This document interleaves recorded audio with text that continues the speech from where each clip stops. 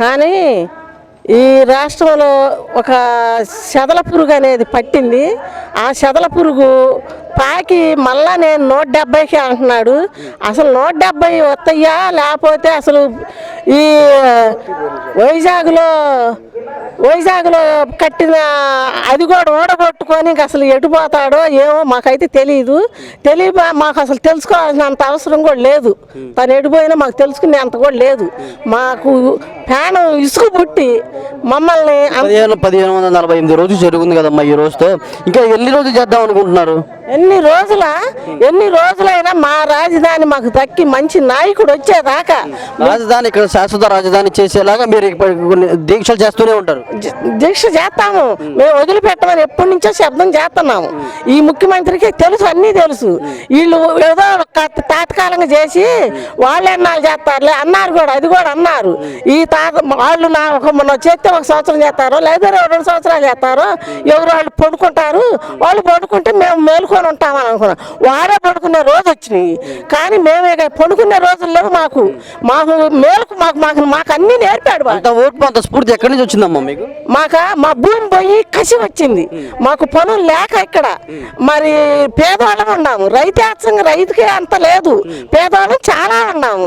ఒక ఎకరం వాళ్ళు ఉన్నారు. మరి ఆ ఎకరం వాళ్ళు ఆ ఎకరంతో బతకరుగా, కూలి చేసుకునే బతకాలిగా. వాళ్ళందరికీ పేదవాళ్ళకి నేనే అవ్వా బువ్వా మీ కూడి పెట్టేది నేనే, మీ ఇంటి కొడుకుని నేనేనన్నా. ఇక మా ఇంటి కొడుకుని ఎందుకు దీవిస్తున్నాడంటే ఇక కాస్త కూర్చో మేమేమో ఎటు రాజధానికని ఇచ్చాము గవర్నమెంట్కి. గవర్నమెంట్కి ఇచ్చిన భూమి ఇక్కడైతే వాటి తీయటానికి ఏది వల్ల కాదు. ఇంకా ఇతర దేశాల వాళ్ళు భూమి ఉంటుంది కదా, అవ్వ మీ ఇంటికి పెద్ద కొడుకు నేనే అంటున్నాడు కదా, అది కూడా లేపుకొని పోదామని చూస్తున్నాడు. ఎవరు తిక్కలోళ్ళు ఇక్కడ ఎవరు లేరు. ఇక్కడ రాజధానిలో ఎంత తెలివి నేర్పింది జగన్మోహన్ రెడ్డి. మేము బయటికి రాలా. ఏనాడు ఓటేసినా కూడా ఆ ఓటు ఎవరికేసామో ఏందో ఇంట్లో పోయి మా పనులు ఏందో మేము చేసుకొని ఏళ్ళకి తినటం పడుకోవటం మాకు అది. ఎవరు బయటకు వచ్చి మేము బజార్ ఎక్కి మాట్లాడటం రోడ్లు ఎక్కలేదు. ఎక్కిచ్చాడు. ఆ ఘనత ఈ సీఎందేను దక్కించుకున్నాడు. ఆ ఘనత దక్కించుకొని ఇక తను కూడా భూమి మీద నిలబడడం. మేము మటుకు రాజధాని ఇక్కడే నిర్ణయించిందాక మేము వదలము, ఈ పొట్టు వదలము. మేము ఎన్ని కేసులు పెట్టినా ఇంకా మా కేసులు మేము ఎందుకు భయపడ్డాం. కొత్తలో భయపడ్డాం. 1 కేసు 2 కేసులు పోలీసులు కొట్టినప్పుడు కొత్తలో భయపడ్డాము. ఎంతో ఏడుచుకున్నాము. చాలా బాధపడ్డాము. ఇక బాధపడేది లేదు. మమ్మల్ని ఇష్టం రాడిదేలే మాదేమి లేదు. ఇంకా ప్రజలది ఇంకా ఎంత ఇబ్బందో ఎంత ఇబ్బంది పడుతున్నారు. ఎన్ని ఇబ్బందులకైనా మేము ఎదుర్కొనే మేము సీఎంని ఏం చేసి పంపిస్తామా చేయాల్సింది రామను. నువ్వు పట్ల కట్టుకుని తిరగకుండా ఏంటి మీరు ఎవరికి వచ్చి మిమ్మల్ని పలకరించింది కానీ మిమ్మల్ని పరామర్శించింది లేదు ఎవరు లేరా? ఎమ్మెల్యే ఎప్పుడైనా ఏనాడు ఎమ్మెల్యే రాలా. అప్పుడు ఎమ్మెల్యే ఉంది కానీ మాకు లేదని మేము పోలీస్ స్టేషన్ కూడా పోయాం. ఎమ్మెల్యే పారిపోయిందా ఏం చేశాడు జగన్మోహన్ రెడ్డి ఏదైనా చేసి మళ్ళీ ఈ అమరావతి మీద చూడతాడని మేము పోలీస్ స్టేషన్కి కూడా పోయాం.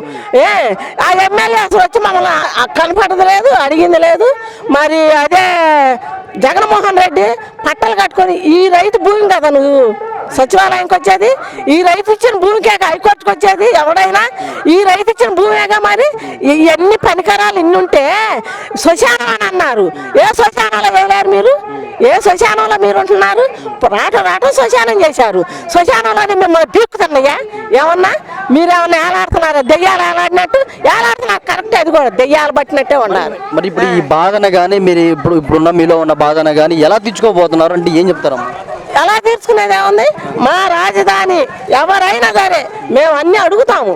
మాకు రైతు దగ్గర భూమి తీసుకొని ఇంత కసి 4.5 సంవత్సరాలు మేము రోడ్డు ఎక్కినప్పుడు మా రాజధానికి ఏంటి సమాధానం చెప్పించుకొని మేము ఈ రాజధాని ఇక్కడే అన్ని పనికరాలు కంపెనీలు అన్ని ఏడా నుంచి జరుగుతాయి అన్నదాకా మేము వదిలేదే లేదు. జై అమరావతి, జై ఆంధ్రప్రదేశ్.